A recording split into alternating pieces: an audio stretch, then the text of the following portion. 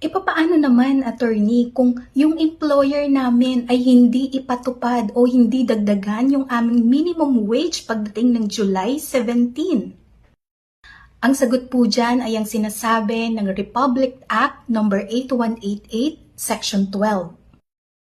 Ayon dito, ang sinumang tao o kumpanya na hindi magpapatupad ng prescribed increase o adjustment sa mga minimum wage ay papatawan ng fine na hindi bababa sa 25,000 pesos hanggang 100,000 pesos or pwede silang makulong na hindi bababa sa 2 taon hanggang 4 na taon or pwedeng fine and imprisonment depende sa diskresyon ng korte.